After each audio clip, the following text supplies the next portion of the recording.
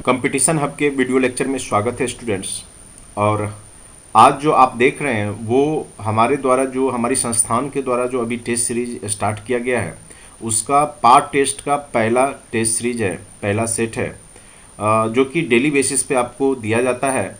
और ये टेस्ट 27 दिसंबर को जो दिया गया है उसका सॉल्यूशन है। तो आप लोग इसको अच्छे से समझ के बनाने का तो प्रयास किए ही होंगे टेस्ट सीरीज में, और साथ साथ मैं वीडियो सॉल्यूशन के तहत ये आपको करवा रहा हूँ। जिन लोगों ने भी अभी तक कोर्स को ज्वाइन नहीं किया है तो उनके लिए अभी ऑफ़र चल रहा है मात्र 500 में कंप्लीट कोर्स, जिसमें हम आपको प्री मेंस इंटरव्यू सारे कुछ करवाएंगे। और यह ऑफ़र मात्र 30 दिसंबर तक ही आपके लिए वैलिड है। आगे चलकर इस कोर्स का रेट बहुत ही मिनिमम 1500 ही रहेगा, ठीक है। तो इसमें मैं चाह रहा हूँ कि ज़्यादा से ज़्यादा लोग जुड़ें और इसके महत्व को समझें।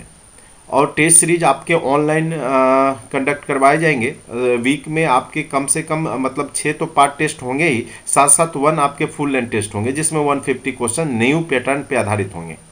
तो डेली अगर आप 40 क्वेश्चन का सेट करते हैं तो आपके लिए इससे बेहतर प्लेटफॉर्म कोई नहीं हो सकता। इसमें हम आपको 40 क्वेश्चन का सेट लाते हैं जिसमें आपके 10 क्वेश्चन करेंट अफेयर्स के रहेंगे, 10 क्वेश्चन जो प्रीवियस ईयर के क्वेश्चन रहेंगे बीपीएससी से रिलेटेड, बिहार स्पेशल हो चाहे आपके हिस्ट्री ज्योग्राफी के हों, 10 क्वेश्चन में आपके साइंस और मैथ रहेंगे और 10 क्वेश्चन आपके हिस्ट्री ज्योग्राफी रहेंगे।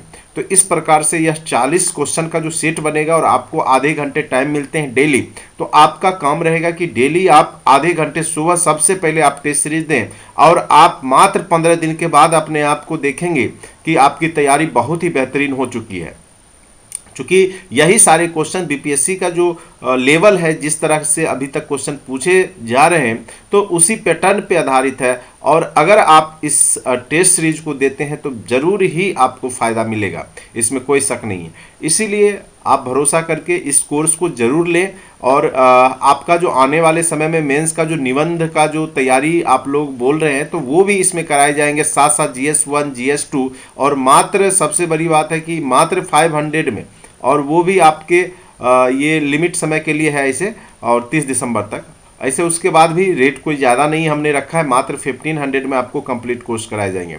कोर्स ज्वाइन करने से पहले अगर आप डेमो टेस्ट देना चाहते हैं, डेमो टेस्ट दे सकते हैं, वीडियो देख सकते हैं, और आपने यूट्यूब पे हमारे बहुत सारे वीडियो को देखा भी होगा। चलिए, सबसे पहला अभी जो सेट का जो क्वेश्चन है, शहरीकरण की ओर बढ़ते हुए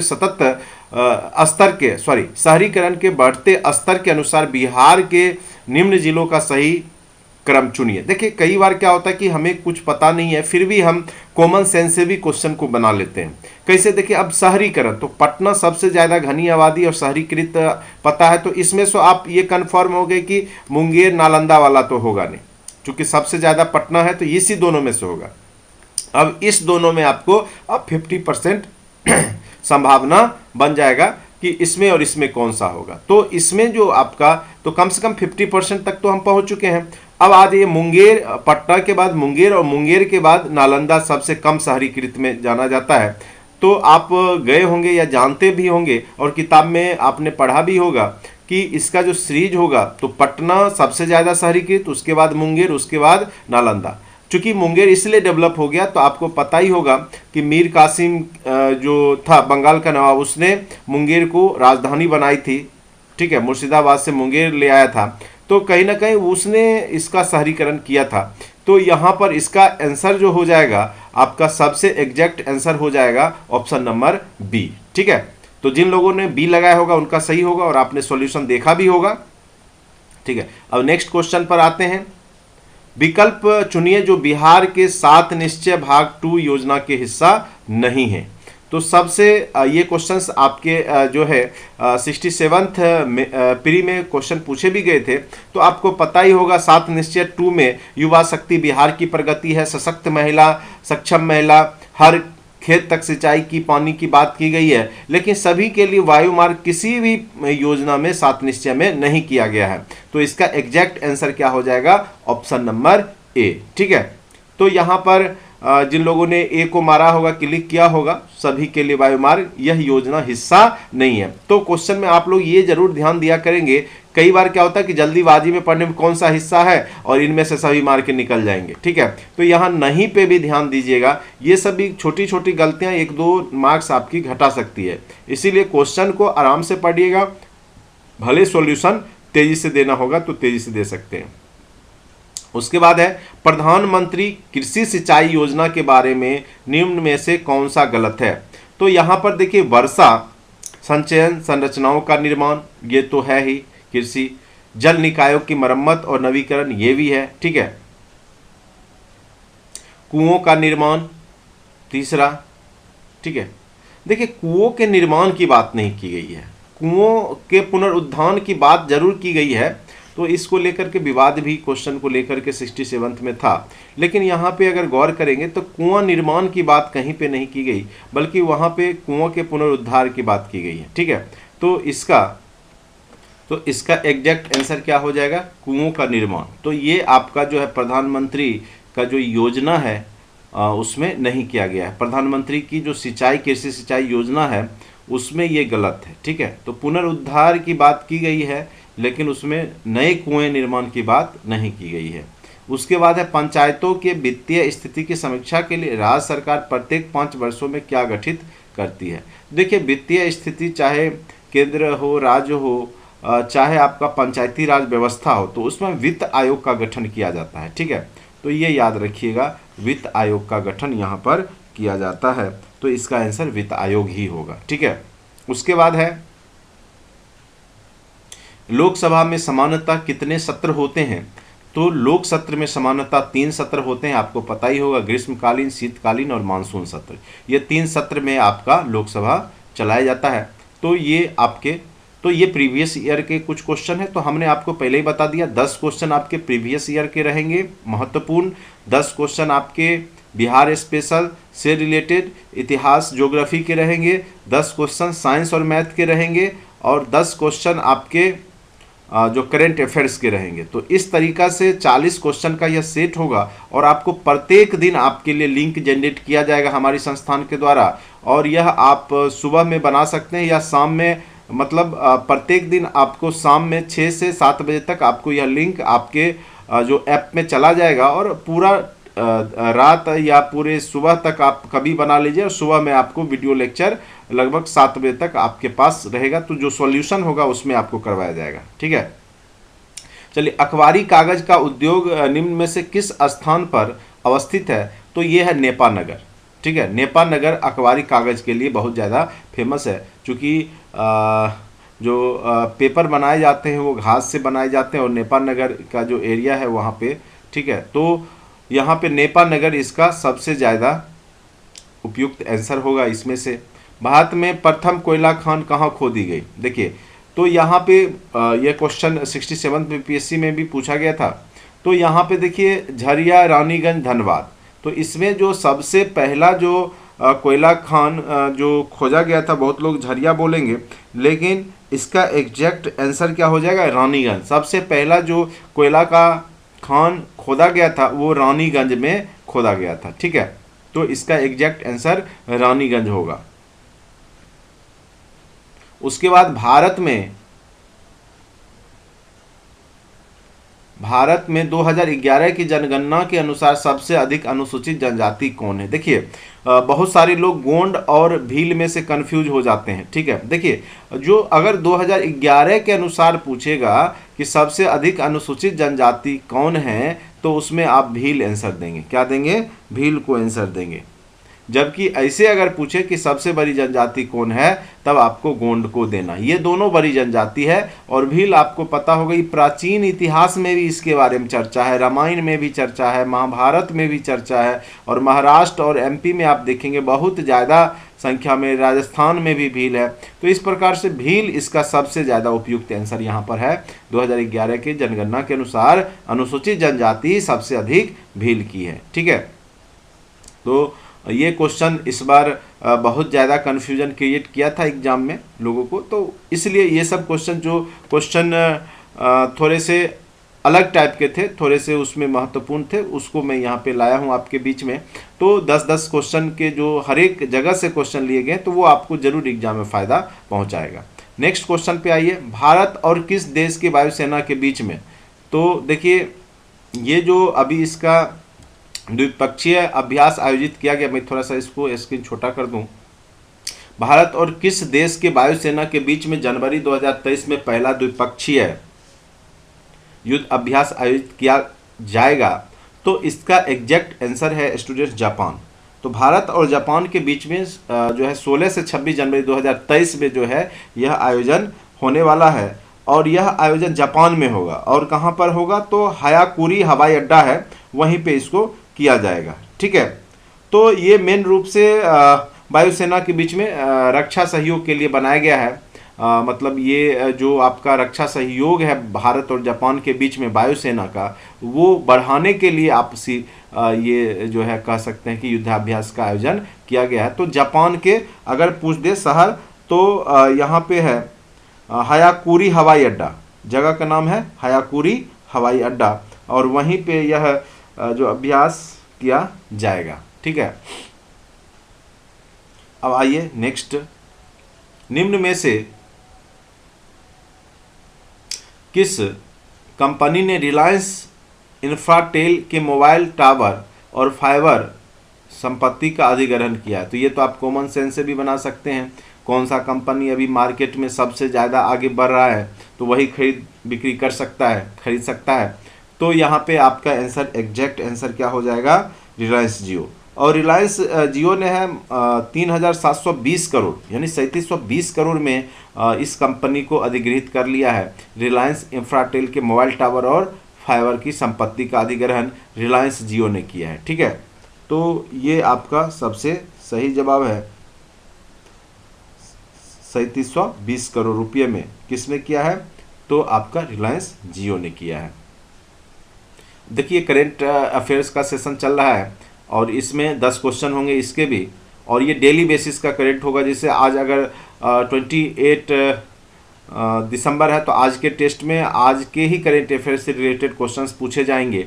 ठीक है, और अभी कुछ दिन बाद से फिर मैं प्रीवियस का भी क्वेश्चन जो है वो सेट करूँगा, तो इसलिए ये महत्वपूर्ण हो जाएंगे। आपके करेंट अफेयर्स बिल्कुल बेहतरीन तरीके से आपका तैयारी हो जाएगा अगर आप कोर्स को बाय कर लेते हैं। और मात्र 500 में आपको प्री मेंस इंटरव्यू तक मैं आपको करवाऊंगा, तो इसलिए आप भरोसा करें और आप ज़रूर जुड़ें, ज़रूर से ज़्यादा संख्या में आप लोग जुड़ने का प्रयास करें, जिससे कि हम इसके लिए जो काम के लिए जो है और भी ज़्यादा जो है प्रोत्साहित हों, और आपके लिए नए नए जो तकनीक है, नए नए जो तरीका है, पैटर्न है जो एग्ज़ाम का, उसके साथ में आपके बीच में लेकर आ सकूं। चलिए, उसके बाद है नेक्स्ट क्वेश्चन है, नॉर्थ ईस्ट फेस्टिवल का कौन सा संस्करण हाल में दिल्ली के जवाहरलाल नेहरू स्टेडियम में आयोजित किया गया था। तो नॉर्थ ईस्ट फेस्टिवल, तो सिंपल सी बात है, जो उत्तर पूर्वी राज्य हैं उससे कनेक्शन के लिए यह जो है आयोजित किया गया होगा। तो जवाहरलाल नेहरू स्टेडियम में तो ये 10वां संस्करण आयोजित किया गया है। कौन सा संस्करण आयोजित किया गया है, तो 10वां संस्करण इसका आयोजित किया गया है। ठीक है, और यह 4 दिवसीय था। कितने दिवस का था, 4 दिवसीय, तो ये भी याद रखना है। तो इसमें खास करके उत्तर पूर्वी क्षेत्र के विविध जो जीवन संस्कृति हैं और परंपरा हैं, उसको जानने के लिए या पर्यटन को उस क्षेत्र में बढ़ाने के लिए इसका आयोजन किया गया था। तो ये याद रखना है आपको, 4 दिवसीय आयोजन था और 10वां था यह। ठीक है, अब क्वेश्चन नंबर 12 पर आते हैं। 12 है, सित्विनी राबुका हाल में किस देश की प्रधानमंत्री चुनी गई है। ठीक है, तो ये आपको याद रखना है, चेक, मालदीव नहीं, ऑस्ट्रेलिया, फिजी। हाँ, तो इसका एग्जैक्ट आंसर क्या हो जाएगा, फिजी। तो ये जो है अभी फिजी की जो प्रधानमंत्री चुनी गई है, और उन्होंने 12वें प्रधानमंत्री के रूप में शपथ ग्रहण किया है। के में प्रधानमंत्री, 12वें प्रधानमंत्री के रूप में फिजी की बनी है। उनका क्या नाम है, सित्विनी राबुका। ठीक है, अब नेक्स्ट क्वेश्चन पर आते हैं। फोर्ब्स के द्वारा जारी टॉप 25 सबसे अधिक कमाई करने वाले महिला एथलीटों में किस भारतीय एथलीट को अभी स्थान दिया गया है, तो यहाँ पे आपको आंसर इसका एग्जैक्ट हो जाएगा पीवी सिंधु। क्या हो जाएगा? पीवी सिंधु अभी टॉप 25 जो फोर्ब्स का जो रैंक जारी किया जाता है अमीर यानी कह सकते हैं कि सबसे ज़्यादा कमाई करने वाले महिला एथलीट में, तो पीवी सिंधु का स्थान प्राप्त हुआ है अभी। तो याद रखना है आपको, ठीक है। और इसने लगभग 82.62 करोड़ रुपए की कमाई की है।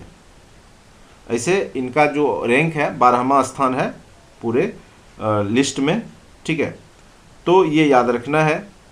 और पिछली साल की तुलना में इन्होंने दुगुना कमाई की है, इसीलिए इनका रैंक 12वां पोजीशन पे है पूरे विश्व में। तो टॉप 25 में सबसे अधिक कमाई करने वाले महिला एथलीट में पीवी सिंधु भी आ गई हैं। चलिए अब आ जाइए नेक्स्ट क्वेश्चन। पुष्प कमल दहल प्रचंड को हाल में तीसरी बार किस देश के प्रधानमंत्री, तो ये तो आपको पता ही होगा, नेपाल के तीसरी बार प्रधानमंत्री बने हैं कौन? पुष्प कमल दहल, ठीक है। तो ये याद रखना है। उसके बाद यहाँ पे आपको ये भी पता ही होगा कि इसके पहले जो प्रधानमंत्री थे केपी शर्मा ओली, ठीक है, को हटाया गया है और वहाँ पे जो है ये प्रधानमंत्री किनको बनाया गया है? तो पुष्प कमल दहल को, ठीक है। अब नेक्स्ट क्वेश्चन पे आते हैं। ये सारे डेली करंट अफेयर्स के कुछ महत्वपूर्ण प्रश्न हैं। हाल ही में किस देश ने नया ट्रांसजेंडर कानून पारित किया है? तो ट्रांसजेंडर कानून जब भी पारित होता है तो अभी आप देखेंगे, गौर करेंगे, यूरोपीय कंट्री उसमें आगे होगा इन सब कामों में। तो आप इसको ऐसे भी अंदाज़ा लगा के भी, ऐसे आंसर भी इसका स्पेन ही होगा। और यहाँ पर जो है नया ट्रांसजेंडर कानून बनाया गया है जिसके तहत जैसे कोई भी व्यक्ति 16 वर्ष से अधिक आयु का है, तो अगर वह चिकित्सीय अगर कह सकते हैं कि पर्यवेक्षण लेना चाह रहा है और लिंग बदलने की अनुमति, तो उसको किसी से मतलब 16 वर्ष से उम्र ज़्यादा हो चुका है तो वो खुद भी मतलब मंजूरी दे सकता है और अपना जो है लिंग चेंज कर सकता है।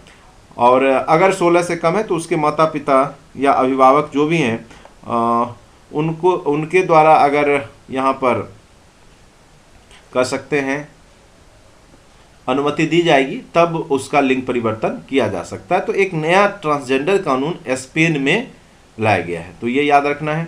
निम्न में से किस शहर में आयोजित 7 दिवसीय कोलकाता अंतर्राष्ट्रीय फिल्म फेस्टिवल का रंगारंग कार्यक्रम संपन्न हुआ? तो कोलकाता में ही अभी 7 दिवसीय कोलकाता अंतर्राष्ट्रीय फिल्म महोत्सव का रंगारंग कार्यक्रम समाप्त किया गया है। चलिए नेक्स्ट क्वेश्चन पे आते हैं। 17 नंबर क्वेश्चन क्या कह रहा है?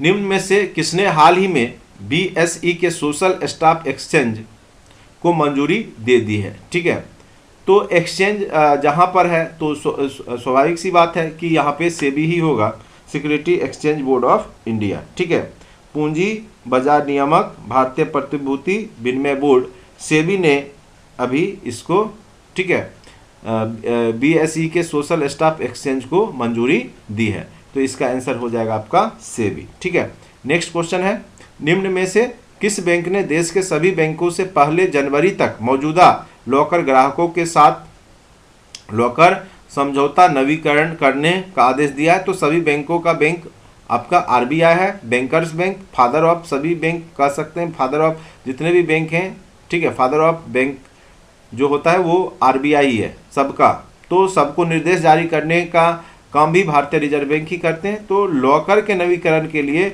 इन्होंने गाइडलाइन जारी किया है, किसने? तो भारतीय रिजर्व बैंक ने। ठीक है, अब आ जाइए मैथ के क्वेश्चन है। मैथ के क्वेश्चन 5 क्वेश्चन होंगे और 5 क्वेश्चन आपके साइंस एंड टेक के होंगे।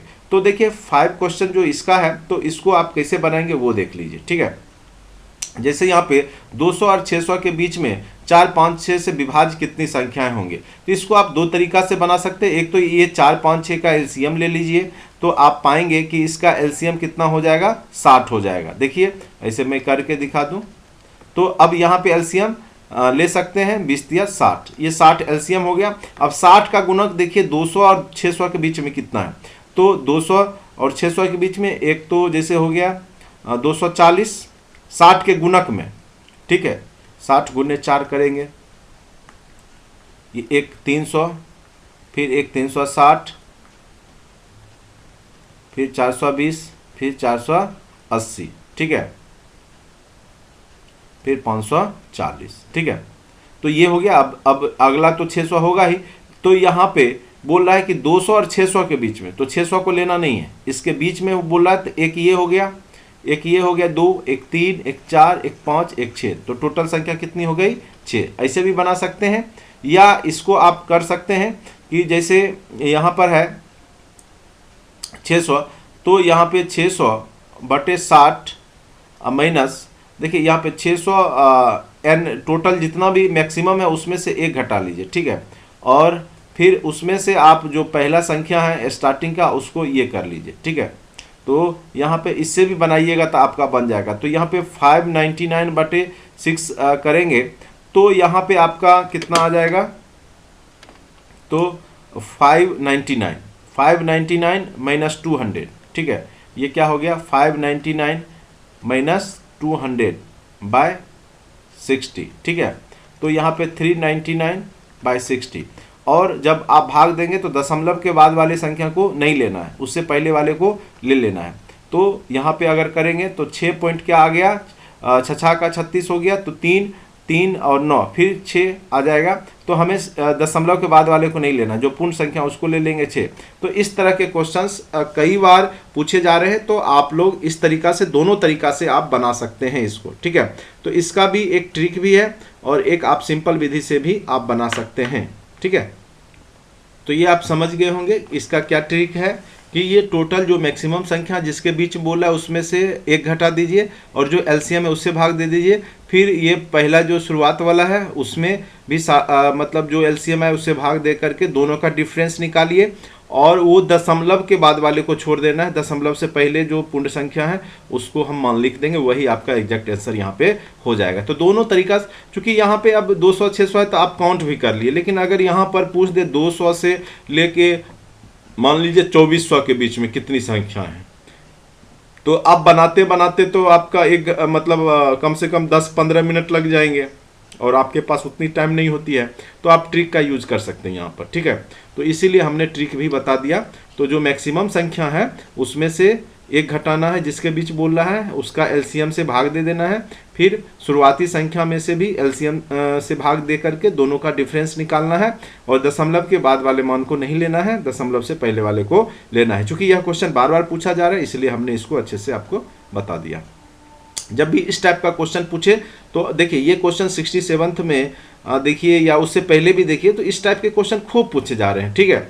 और बीपीएससी में जो स्कोर इतना जाने का 113 115 कटअप जाने के पीछे एक रीज़न ये भी है कि बीपीएससी ने अभी 3-4 एग्जाम जो भी लिए हैं 64 65 66, तो इसके प्री में उसने ज़्यादा चेंजिंग नहीं किया, पैटर्न सेम रखा है, जिस कारण से स्टूडेंट ज़्यादा से ज़्यादा स्कोर कर रहे हैं, ठीक है। तो ये भी रीज़न है। तो 3 पे जब 4n है तो यहाँ 4 की जगह n की जगह आप 1 पुट कर लीजिए, फिर 3 की जगह आप n की जगह 1 पुट कर लीजिए और वैल्यू को निकालिए, ठीक है। तो ये कितना हो गया? ये करेंगे 3 पे पावर 4 तो 81 हो गया, और 4 पे पावर 3 करेंगे 64 हो गया, ठीक है। और आप 81 में से 64 घटाइए, ठीक है। तो 11 में से 4 गया 7, 7 में से 6 गया 1, 17 आ गया। तो 17 के गुणक वाला ही इसका आंसर होगा, ठीक है। तो इसलिए इसका आंसर हो गया 17, ठीक है। चलिए नेक्स्ट क्वेश्चन आते हैं 21 पर।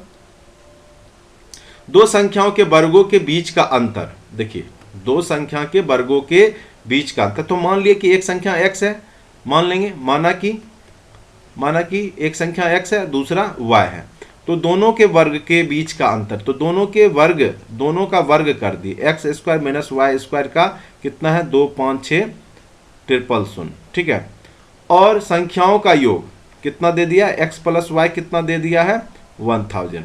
आप इसको लिख सकते हैं x minus y into x plus y, क्योंकि a square minus b square क्या होता है? A plus b into a minus b. हमने ये लिख दिया इक्वल टू क्या कर दिया? 2 5 6 000, ठीक है। देखिए क्वेश्चन बहुत ही आसान मैथ के पूछे जाते हैं बीपीएससी में, इसलिए आप लोग आसानी से बना सकते हैं, घबराने की कोई जरूरत नहीं है। तो यहाँ पे आपका x प्लस वाई का मान कितना? 1000। तो x minus y into 1000 equal to 256,000, ये तीनों शून्य दोनों तरफ है तो ये आपस में कट जाएगा। ठीक है, तो x minus y equal to क्या आ गया आपका 256, x माइनस वाई क्या आ गया आपका 256, और आपका इधर कितना आया हुआ था 1000 x प्लस वाई। तो अब आपका ये दोनों इक्वेशन 1 और 2 बन गया और आप आसानी से इसको अब सॉल्व कर सकते हैं। x plus y equal to 1000, x minus y equal to 256। अब इसको जोड़ लीजिए इक्वेशन 1 और इक्वेशन 2, तो 2x इक्वल टू क्या हो गया, यहाँ पे आप जोड़ेंगे तो 1256 और जब x से भाग देंगे तो 628। तो एक तो आपका क्लियर हो गया 628, तो दूसरा 1000 में से 628 घटा देंगे, चूंकि दोनों का योगफल 1000 है तो y इक्वल टू क्या हो गया 1000 माइनस 628, तो 10 में से 8 गया 2, 9 में से 2 गया 7 और इधर बच गया आपका 9 में से 6 गया 3। तो आपका दोनों 628 और 372 कहाँ दिख रहा है, तो ऑप्शन नंबर सी में दिख रहा है। तो आप समझ गए होंगे कितना आसानी से हमने बनाया। बिल्कुल 9th लेवल का क्वेश्चन रहता है मैथ का, इसलिए टेंशन लेने की बात ही नहीं है। हम लोग बहुत अच्छे तरीके से सारे प्रीवियस ईयर क्वेश्चन भी करके जाएंगे, जिससे कहीं भी किसी भी प्रकार का परेशानी हम लोग के साथ नहीं होने वाला है। अब देखिए लॉगरिथम के ये क्वेश्चन पूछे गए थे, तो लॉग रूट 2 पर कितना है 32। ठीक है, तो हम इसको लॉग रूट 2 को रहने देते हैं और हम 32 को 2⁵ लिख सकते हैं, क्योंकि 32 2 पे पावर 5 होता है। और आप पढ़े होंगे, ठीक है, लॉग m पे पावर n क्या हो जाता है, n log m हो जाता है। अगर बेस में कुछ है a है तो वो बेस में तो रहेगा ही। तो यहाँ पर हम इसको लिख सकते हैं 5 log रूट 2। ठीक है, फिर हम क्या करेंगे, इसको आगे बढ़ाएंगे, 5 को रहने देते हैं log रूट 2, चूंकि log रूट 2 और 2 को हम लिख सकते हैं रूट 2 का स्क्वायर। फिर ये आगे चला जाएगा 5 × 2 log रूट 2 और रूट 2, और आप पढ़े होंगे log बेस में n और n क्या हो जाता है 1 वैल्यू देता है। तो log रूट 2 और रूट 2, तो ये आपका 1 दे दिया, तो 5 × 2 log रूट 2 बेस में और रूट 2 क्या दे देगा वैल्यू 1 दे देगा। तो ये आंसर क्या हो गया 10। ठीक है, तो आपने समझ गया कि किस प्रकार से इसका 10 आंसर आया। फिर से एक बार समझ लीजिए, इसको 32 को हम लिख सकते हैं log रूट 2 पे पावर 5, फिर हमने log बेस में a m पे पावर n क्या होता है n log बेस में a m, तो ये 5 आगे चला गया, ये आ गया log रूट 2। फिर हम क्या करेंगे कि 2 को तोड़ेंगे, 2 को हम रूट 2 का स्क्वायर लिख सकते हैं, तो यहाँ पे हमने रूट 2 का स्क्वायर कर दिया और ये फिर 2 यहाँ आ गया, तो 5 × 2 10 log रूट 2। तो बेस में जब जैसे log बेस में n है फिर n है तो उसका वैल्यू 1 हो जाता है। आप लॉगरिथम पढ़े होंगे तो आपको पता होगा, फिर उसका वैल्यू 1 हो गया तो 10 × 1 यानी 10 वैल्यू आपका हो गया। इस टाइप के क्वेश्चंस फिर भी आगे पूछे जा सकते हैं, इसीलिए आप लोग इसको अच्छे से समझ लीजिएगा। तो जो जो टॉपिक से पूछे गए हैं उसको आप लोग एकदम अच्छे से तैयार करके जाइए, जिससे आपके एक भी क्वेश्चन मैथ के गड़बड़ नहीं बनने चाहिए। 10 में 10 नंबर आपको आने ही चाहिए। ठीक है, अब देखिए 45 नींबू को 40 रुपया में बेचने पर एक आदमी को कितने की हानि होती है, 20% की हानि होती है। ठीक है, अच्छा ये बताइए, तो अगर 45 रुपया में 40 बेच रहा है तो एक नींबू का क्रय मूल्य कितना होगा। ठीक है, क्रय मूल्य क्या हो जाता है आपका, जैसे 45 नींबू को 40 रुपया में बेचने पर, ठीक है, तो यहां पर आपका एक नींबू का क्रय मूल्य आपको निकालना पड़ेगा सबसे पहले। तो यहां तो हानि का केस है, तो 45 नींबू को 40 रुपया में, ठीक है, 45 नींबू को 40 रुपया में, तो 40/45 हो गया आपका, और मतलब बेचता है ये हो गया आपका विक्रय मूल्य। विक्रय मूल्य कितना हो गया 40/45, चूंकि यहां पर 45 नींबू को 40 रुपया में बेचा है। ठीक है, और आदमी को कितने की हानि हो रही है, 20% की हानि भी हो रही है। ठीक है, तो आप इसका क्रय मूल्य निकाल सकते हैं। क्या होता है क्रय मूल्य इक्वल टू, या विक्रय मूल्य इक्वल टू क्या होता है, विक्रय मूल्य इक्वल टू क्रय मूल्य इंटू 1 माइनस प्रतिशत हानि बटे 100, यही होता है। तो यहां पे आप निकाल लीजिए। तो यहां पर विक्रय मूल्य आपको पता है 40/45, या डायरेक्ट भी हम अगर क्रय मूल्य निकालेंगे यहां पर तो इसको आप लिख सकते हैं कि डायरेक्ट हम जैसे 20% हानि पर बेचता है, यानी ये 80%, किसी भी वस्तु का 80% इस 40/45 के बराबर हो गया। 80% किसके बराबर हो गया? 40/45 के बराबर हो गया। x का 80% निकाल दिए तो x इक्वल टू तो हम निकाल ही सकते हैं ना, 40 गुने 100 बटे 45 गुने 80 लिख सकते हैं। x इक्वल टू क्या हो जाएगा आपका 40 गुने 100 बटे 45 गुने 80। अब यहाँ पे 4 से काटिए, 4 2 2 50। अब ये कितना हो गया आपका 50/45, तो 10/9 इसको हम लिख सकते हैं, 5 10 50 और 5 से 5 9 45, तो 10/9। ठीक है, तो ये आपका 10/9 हो गया, जबकि ये क्या हो गया आपका 5 9 45 5 8 40, 8/9। ठीक है, तो यहाँ पर आपका विक्रय मूल्य भी है और आपका यहाँ पर क्या है, क्रय मूल्य भी आ गया। ठीक है, तो अब आपको यहाँ पर क्या करना है कि 20% लाभ कमाने के लिए उसको 24 रुपया में कितना देना पड़ेगा। ठीक है, तो यहाँ समझ गए होंगे कि विक्रय मूल्य इक्वल टू क्या होता है, क्रय मूल्य इंटू 1 माइनस प्रतिशत हानि बटे 100। तो यहाँ पे हमने क्रय मूल्य इसका निकाल लिया, किसका, तो ये जो है जो बेच रहा है कितना में, 45 में, 45 नींबू को 40 रुपये में, तो उसका अगर आप निकाल लिए यहाँ पर 100%, यानी हमने पहले क्रय मूल्य निकाल लिया, तो क्रय मूल्य 10/9 हो गया। या इस फॉर्मूला पे आप निकाल लीजिए, या डायरेक्ट भी आप लिख सकते हैं, क्योंकि हानि हुआ है प्रथम केस में 20%, तो x का 80% किसके बराबर है, 40/45 के बराबर है, तो 100% यहाँ पे 10/9 के बराबर हो गया, यानी क्रय मूल्य उसका निकल चुका है। अब बेचता है कि 20% लाभ भी होना चाहिए, तो 24 रुपये में कितना बेचेगा, तो 20% लाभ कमाने के लिए उसको, जैसे यहाँ पे हमने क्रय मूल्य निकाल लिया 10/9, तो 20% लाभ तो 120/100 हम लिख सकते हैं इसको, या विक्रय मूल्य इक्वल टू क्या होता है, क्रय मूल्य इंटू 1 प्लस प्रतिशत लाभ बटे 100। तो ये सॉल्व करेंगे तो यही आएगा आपका 4/3 आ जाएगा। क्या आ जाएगा ये वैल्यू, 4/3। तो ये आपका विक्रय मूल्य आ गया, और आपको बोला कि 24 रुपये में आप कितना बेचेगा, तो 24/4/3, 3 ऊपर चला गया, तो ये 4 छक्का 24, अब 6 18, तो आंसर क्या हो गया आपका 18। तो इस क्वेश्चन को आप इस तरीका से बनाएंगे, दोनों विधि हमने बता दिया। अगर यह समझ में नहीं आए तो फिर से एक बार समझ लीजिए, ठीक है, क्योंकि यह क्वेश्चन थोड़ा सा आपका कॉन्सेप्चुअल है। ठीक है, तो फिर से एक बार समझ लीजिए कि हमने आपको क्या समझाने का प्रयास किया है।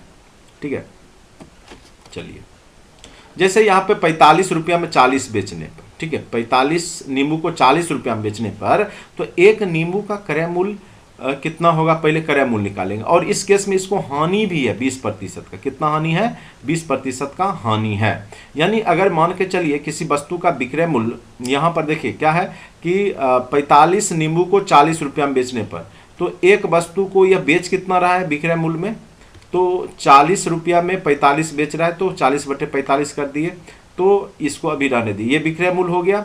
और आपको अब क्रय मूल्य निकालना है, चूंकि इसमें 20% हानि भी हुआ, तो आपका विक्रय मूल्य इक्वल टू क्या होता है, क्रय मूल्य इंटू 1 माइनस प्रतिशत हानि बटे 100, ये होता है। इस फॉर्मूला पे भी आप पुट कर सकते हैं, तो इसको अगर आप इस पे करते तो क्रय मूल्य इक्वल टू क्या हो जाएगा आपका, विक्रय मूल्य बटे में ये 1 माइनस प्रतिशत हानि, तो ये कितना हो जाएगा 80, चूंकि ये 100 और 20 है, तो 80/100। ठीक है, तो ये आप यहाँ पर लिख सकते हैं, जब 80/100 होगा तो विक्रय मूल्य में 100 से गुना हो जाएगा और 80 इधर आ जाएगा। ठीक है, तो आप इसको कीजिएगा, तो विक्रय मूल्य पहले से निकाल रखें, 40/45 गुने 100 और गुने 80 इधर हो गया। अब इससे काटेंगे, 40 दूनी 80, ठीक है, 2 से करेंगे, 2 से 50 बार में, फिर 10, फिर 9, 5 से, ठीक है, तो 10/9 आपका क्या आ गया, यहाँ पर क्रय मूल्य आ गया। तो ये तो खरीदता है। अब इसको बोलता है कि 20% लाभ पर बेचेगा, तो 20% लाभ पे बेचने के लिए विक्रय मूल्य क्या हो जाएगा, 10/9 गुने 120/100, चूंकि क्या होता है क्रय मूल्य इंटू 1 प्लस प्रतिशत लाभ बटे 100, तो हमने डायरेक्ट 120/100 कर दिया। तो अगर आप यहाँ पे काटेंगे तो ये शून्य कट गया, ठीक है, तो फिर ये शून्य कट गया, और यहाँ पे करेंगे 3 3 9, 3 चौक 12, तो ये आ गया 4/3। तो 4/3 आपका एक नींबू का जो है आपका विक्रय मूल्य होना चाहिए। ठीक है, और आपको 24 रुपये में बेचना है, तो 24/4/3, ठीक है। तो कितने की दर से बेचेगा, तो 24/4, ये नीचे से ऊपर चला गया, गुने 3, तो 4 छक्का 24, अब 6 का 18, ठीक है। अब आपको अच्छे में समझ में आ गया, यानी 18 नींबू को वह बेचेगा, तब उसको 20% का लाभ होगा, ठीक है। तो 5 क्वेश्चन मैथ के थे, बहुत ही आसान क्वेश्चन थे। अब नेक्स्ट आते हैं, प्रकाश वर्ष किसकी इकाई। देखिए हमने अभी स्टार्टिंग में साइंस के फिजिक्स का स्टार्टिंग के क्वेश्चन डाले हैं, ठीक है, पहला चैप्टर का यूनिट डायमेंशन का, तो उसमें आपको वही दिखेगा। तो आप लोग अच्छे से, क्योंकि यूनिट डायमेंशन के हर एक साल क्वेश्चन पूछे गए हैं, तो कुछ स्पेसिफिक टॉपिक है जो बार बार क्वेश्चन पूछे जाते हैं, उस पर हम लोग विशेष रूप से फोकस करेंगे। देखिए स्टूडेंट्स, हमने भी 2 बार प्री निकाल के इंटरव्यू तक हमने भी दिया है, तो हमें अनुभव है कि किस प्रकार से यहाँ पे क्वेश्चंस पूछे जाते हैं। इसीलिए आप लोग भरोसा करें कि हमारा जो पैटर्न होगा, बिल्कुल आपके एग्जामिनेशन हॉल में जब आप बैठेंगे तो आपको लगेगा कि वही सेम टू सेम क्वेश्चन जो सर ने पढ़ाया था वही आ रहा है, ठीक है। तो बीपीएससी एक रणनीति के तहत अगर आप काम करते हैं तो बहुत आसानी से, ईजिली ग्रुप डी से भी कम मेहनत में आप निकाल सकते हैं, ठीक है। तो यहाँ पे सबसे बड़ी बात होती है कि रणनीति अपनाना। तो रणनीति लोग को नहीं पता है किस प्रकार से, किस पैटर्न पे एग्जाम में आता है, तो जिस कारण से वो फेल्योर हो जाते हैं। जिनको पैटर्न पता चल जाएगा, तरीका पता चल जाएगा निकालने का, तो वो इजीली अधिकारी बन सकते हैं। इसमें कोई बड़ी बात नहीं है। ग्रुप डी लेवल का तैयारी करें, चाहे आप अधिकारी बीपीएससी का तैयारी करें, दोनों का लेवल सेम है। बस इसमें क्या है कि आपको डिस्क्राइब करने के लिए आना चाहिए, बस वो मैं आपको मेंस क्लास में सिखाता हूं। और प्री में तो आपको दिक्कत नहीं होगा, प्री तो एकदम दोनों सेम ही है अभी तक का। थोड़ा सा अपडेट होगा तो वो भी हम लोग करेंगे, इसलिए टेंशन लेने की बात नहीं है। क्वेश्चन सारे स्टैंडर्ड लिए गए हैं। प्रकाश वर्ष किसकी इकाई है, तो ये तो सबको पता है। प्रकाश वर्ष किसकी इकाई है, दूरी की इकाई। प्रकाश वर्ष किसकी इकाई है, तो दूरी की इकाई है। चलिए अब नेक्स्ट क्वेश्चन पर आते हैं। नेक्स्ट क्वेश्चन कह रहा है, इनमें से कौन सा अदिश राशि है। तो अदिश राशि आपको पता होगा स्टूडेंट्स, बल तो अदिश राशि नहीं है, सदिश है। चूंकि फोर्स में क्या होता है कि डायरेक्शन होता है, ठीक है। जिधर से आप फोर्स लगाते हैं डायरेक्शन होता है। वेग में भी डायरेक्शन है, त्वरण में भी डायरेक्शन है, लेकिन आपके दाब में कोई डायरेक्शन होता है, नहीं होता है। जब दाब करते तो चारों दिशा में, चारों ओर से कोई भी वस्तु पे दाब लगता है, जैसे वायुमंडल का दाब है, वायु दाब, तो ये चारों ओर से किसी वस्तु पे लग रहा होता है, ठीक है। इसीलिए इसका कोई भी डायमेंशन नहीं होता, मतलब डायरेक्शन नहीं होता, इसलिए यह क्या है, आपका अदिश राशि है। दाब क्या है, अदिश राशि। यह क्वेश्चन डायरेक्ट बीपीएससी में पूछे जा चुके हैं। निम्नलिखित में से किस राशि का मात्रक नहीं है, कोई भी मात्रक नहीं, ये भी क्वेश्चन आपको डायरेक्ट रूप से पूछे जा चुके हैं। तो इसका आंसर हो जाएगा विकृति, ठीक है। विकृति का कोई भी आपका राशि मात्रक नहीं होता है, ठीक है। विकृति किसी तरीका से हो सकता है, इसीलिए इसका कोई मात्रक नहीं है। आर्द्रता किस उपकरण से मापी जाती है, ठीक है। तो आर्द्रता याद रखेंगे, वह मीटर का नाम होता है हाइग्रोमीटर। क्या नाम होता है, हाइग्रोमीटर से आपका आर्द्रता मापा जाता है। जिसमें ग्रो है वो याद रखिएगा, हाइग्रोमीटर में कंफ्यूज होते हैं। तो आर्द्रता नापी जाती है हाइग्रोमीटर से, ये याद रखना है आपको, ठीक है। अब आ जाए, एक्स किरणों के तरंगदैर्घ्य के मापने के लिए कौन से उपकरण का प्रयोग किया जाए। बहुत ही इंपॉर्टेंट ये क्वेश्चन आपको पूछा जा सकता है, क्योंकि अभी तक पूछा नहीं गया है। तो इसका आंसर है ब्रेग स्पेक्ट्रोमापी। उसको क्या कहते हैं, ब्रेग स्पेक्ट्रोमापी, जिससे हम एक्स किरण के तरंगदैर्घ्य को मापते हैं, ठीक है। तो इसका आंसर हो जाएगा ब्रेग स्पेक्ट्रोमापी। नेक्स्ट क्वेश्चन आते हैं, बिहार में प्राप्त मौर्य अभिलेख की लिपि कौन सी लिपि है। तो मौर्य काल में जितने भी आपके अभिलेख मिले हैं, देखिए अब ये आप इतिहास की ओर चले गए तो यहाँ पे ब्राह्मी लिपि में लिखे गए थे। किस लिपि में, मौर्य काल में जितने भी अभिलेख प्राप्त हुए किस लिपि में है, खास करके अशोक ने जो लिखवाया था, तो ब्राह्मी लिपि में ज़्यादा मिले हैं। तो अभिलेखों की लिपि कौन सी थी, ब्राह्मी लिपि, याद रखना है आपको, ठीक है। नेक्स्ट है, मुल्ला बहबहानी कहाँ के यात्री थे। ये सब क्वेश्चन आपको बीपीएससी भी बीच बीच में डालते रहता है, ठीक है। तो ईरान के, मुल्ला बहबहानी कहाँ के थे, तो ईरान के थे। ये सब बिल्कुल स्टैटिक टाइप के हैं, एकदम पूरा रटंत विद्या पे ही आपके एग्जाम में बनेंगे, नहीं तो नहीं बनेंगे। अपसट गया का जो मंदिर है, जो भग्नावशेष मिले हैं उसके, ठीक है, भाग्यावशेष, वो उनके इसके दीवारों पर कथा दृश्यित अंकित की गई है। तो कौन सी कहानी को उस पर मतलब चित्रित किया गया था, तो वो याद रखेंगे रामायण की कहानियां हैं, जिसको अपसट गया का जो मंदिर है उसके जो अवशेष मिले हैं उस पर चित्रित किया गया था, ठीक है। अब आ जाइए, बिहार में आदि मानव की उपस्थिति के आरंभिक साक्ष्य कहाँ से मिले हैं? तो इसका सबसे उपयुक्त आंसर हो जाएगा आपका, तो यहाँ पे देखिए, चंपारण, मुजफ्फरपुर, बिल्कुल नहीं। गया, औरंगाबाद, बेगूसराय, बरौनी, बिल्कुल नहीं। आंसर क्या हो जाएगा आपका? मुंगेर एवं नालंदा। तो हमने पहला चैप्टर जो पढ़ाया है, आप देखेंगे ऐप में भी है और आपके यूट्यूब पे भी मिल जाएगा। बिहार स्पेशल में बिहार का जो हिस्ट्री पढ़ाया है, तो उसमें हमने पहले चैप्टर में ही इस चीज़ की चर्चा किया है कि जो आरंभिक साक्ष्य मिले हैं आदि मानव का बिहार में, वो मुंगेर और नालंदा से मिले हैं। अब नेक्स्ट आते हैं क्वेश्चन नंबर 35 पर, ठीक है। बिहार सहित पूर्वी भारत में आर्यों का आगमन अनुमानतः किस काल में हुआ था? ऋग्वैदिक काल में तो बिल्कुल नहीं हुआ, क्योंकि ऋग्वैदिक काल में तो ये लोग इराक, ईरान, फारस या मध्य एशिया तक ही पहुंच पाए थे। महाजनपद काल में भी नहीं हुआ, क्योंकि इस समय तक तो पूरा ये फैल चुके थे उत्तर पूर्वी भारत तक। उत्तर वैदिक काल, इसका सबसे एग्जैक्ट आंसर क्या हो जाएगा आपका? उत्तर वैदिक काल, ठीक है। अब आते हैं नेक्स्ट क्वेश्चन पर, आते हैं क्वेश्चन नंबर 36 पर।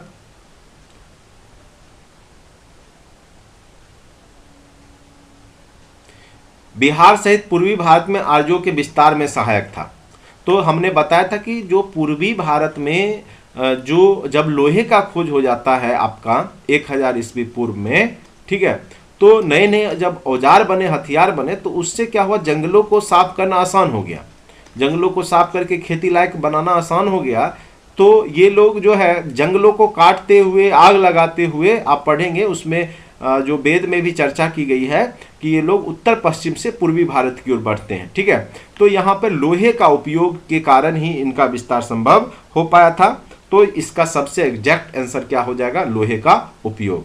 नेक्स्ट है, श्रुति तथा किंवदंती के अनुसार महाभारत युद्ध के समय बिहार में 2 मुख्य राज कौन कौन थे? ठीक है, तो इसका कोई पुरातात्विक सोर्स नहीं मिला है, बस किंवदंती है, किसी के द्वारा कहा गया है। तो इसका एग्जैक्ट आंसर क्या हो जाएगा? मगध और विदेह की चर्चा जो है आपका महाभारत में भी मिलता है। कैसे?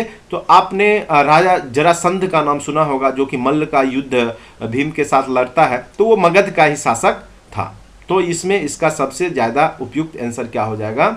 मगध और विदेह, ठीक है, मगध और विदेह। नेक्स्ट पर आते हैं, नेक्स्ट क्वेश्चन पर।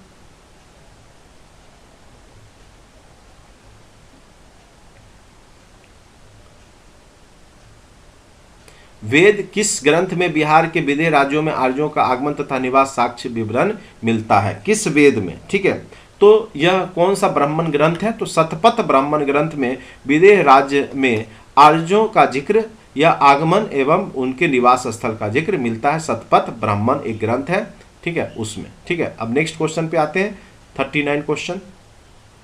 बिहार का कौन सा राज्य आरंभ में बहुत दिनों तक आर्यावर्त के बाहर था और अनार जाति के लोग यहाँ आवास करते थे? ठीक है, तो बिहार में जो अनार्य लोग रहते थे वो किस क्षेत्र में रहते थे? तो इसका सबसे एग्जैक्ट आंसर है आपका स्टूडेंट्स मगध। मगध में ही अनार्य लोग रहते थे ज़्यादा दिन तक। मगध में अनार्य लोग ही वास किए थे। ये देखिए, हमने बिहार का हिस्ट्री पहला टॉपिक से लिया है, इसलिए नेक्स्ट आपका बढ़ते जाएगा। नए नए चैप्टर जो नेक्स्ट पढ़ाई होते जाएंगे वो भी मैं इंक्लूड करता रहूँगा। बिहार का कौन सा राज्य उत्तर वैदिक काल का महत्वपूर्ण राज्य था? तो उत्तर वैदिक काल में जो विदेह है वो सबसे महत्वपूर्ण आपका राज्य था। तो ये सब क्वेश्चन हिस्ट्री के महत्वपूर्ण क्वेश्चन हैं, बिहार स्पेशल हिस्ट्री के हैं और यहाँ से क्वेश्चंस पूछे जाते हैं। तो 40 क्वेश्चन का अगर सेट आप लोग डेली बनाते हैं तो हम उम्मीद करते हैं आपके पास 60 दिन बचे हैं मात्र और 68 बीपीएससी के लिए, तो बेहतरीन तैयारी आपका हो जाएगा। और उसके लिए कुछ नहीं करना है, मात्र आपको 500 में, ठीक है, 500 में कंप्लीट कोर्स करवाया जा रहा है, तो उसको आप जरूर जुड़ जाइए। और यह ऑफर मात्र जो है 30 दिसंबर तक है, ठीक है। तो आप कोशिश कीजिए जल्द से जल्द इसको जुड़ने का। आगे भी ज़्यादा फीस नहीं है, मात्र 1500 में आपको कंप्लीट कोर्स कराए जाएंगे, जिसमें सबसे बड़ी बात है कि आपको ऑनलाइन टेस्ट सीरीज के साथ साथ जो है मेंस प्री जितने भी टॉपिक हैं, पीडीएफ वीडियो सारे कुछ आपको दिए जाएंगे। आप इसके लिए जो डिस्क्रिप्शन बॉक्स में लिंक दिया गया है उस पर जा सकते हैं और आप वहां पे कूपन कोड यूज कीजिएगा 997788, तो आपको मात्र 500 में ही वह कोर्स बाय हो जाएगा, ठीक है। तो आप भरोसा करके जरूर खरीदें। और बहुत ज़्यादा लाख फीस नहीं रखा है हमने, बहुत ही कम, न्यूनतम जो गरीब से गरीब जो एकदम असहाय स्टूडेंट्स है वो भी बाय कर सकता है, जो खास करके बीपीएससी का प्रिपरेशन करना चाहता है। इसीलिए आप लोग जरूर ज़्यादा से ज़्यादा संख्या में जुड़ें। और इसमें मेन रूप से आपको क्या करवाए जाएंगे, तो 25 तो फुल लेंथ टेस्ट है, ये फुल लेंथ है। जो आपके अभी 60 के आसपास पार्ट टेस्ट करवाए जाएंगे डेली बेसिस पे, उसकी चर्चा हमने नहीं किया है। साथ साथ वीडियो सॉल्यूशन भी दिए जाएंगे जिस प्रकार से हमने पार्ट 1 टेस्ट का किया है।